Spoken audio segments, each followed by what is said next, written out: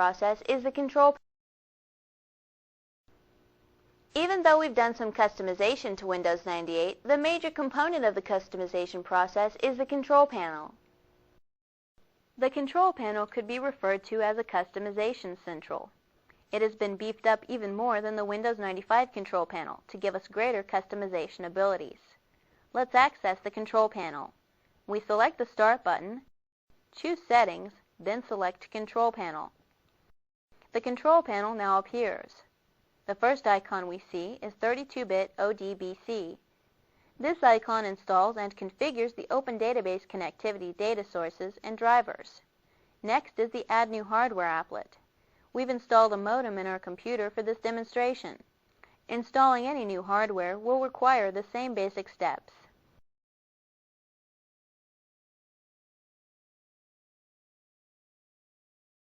The Add New Hardware icon installs hardware devices and their drivers, and the Add New Hardware wizard appears. This is the first step in adding any new hardware to our computer. We'll select Next twice. Windows 98 searches for any new plug-and-play devices on our system, and the driver is installed for the new hardware. Once Windows finishes searching and the new hardware is displayed, two options for installing new hardware are listed. Choose Next and choose Finish. Wow! We installed new hardware on our computer.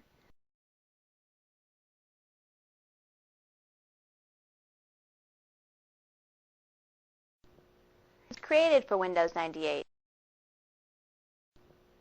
Next, we'll discuss the Add Remove Programs applet. It installs or removes applications created for Windows 98, or we can run the Windows 98 setup to add or remove Windows 98 components, and we can even create a startup disk.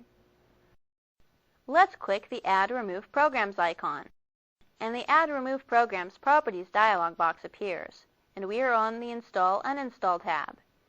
Here we are able to install new programs or remove programs already installed. Note we should try to avoid buying software without uninstall, and uninstall should only be used when an application doesn't include the uninstall program. Let's click the Windows Setup tab. We now can install other Windows 98 components not installed by the typical setup.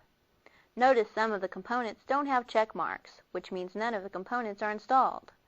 Some have check marks with a gray background, which means some of the multiple components are installed, and the components with check marks only are completely installed. Let's install a new component from Windows 98. We'll install some of the accessories. We highlight Accessories, then choose Details. Now all the components of the Accessories shortcut are displayed. Remember that any component with a check mark is already installed, and if we remove the check mark, Windows will uninstall it. Let's install the games. We click the Games checkbox, and a description of the components of games is displayed. To install this component, we choose OK.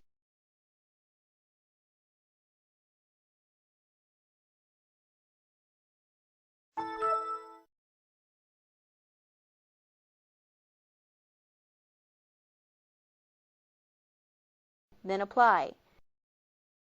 And Windows scans the hard drive, installs the components, then updates the shortcuts, and we are returned to the Add Remove Programs Properties dialog box.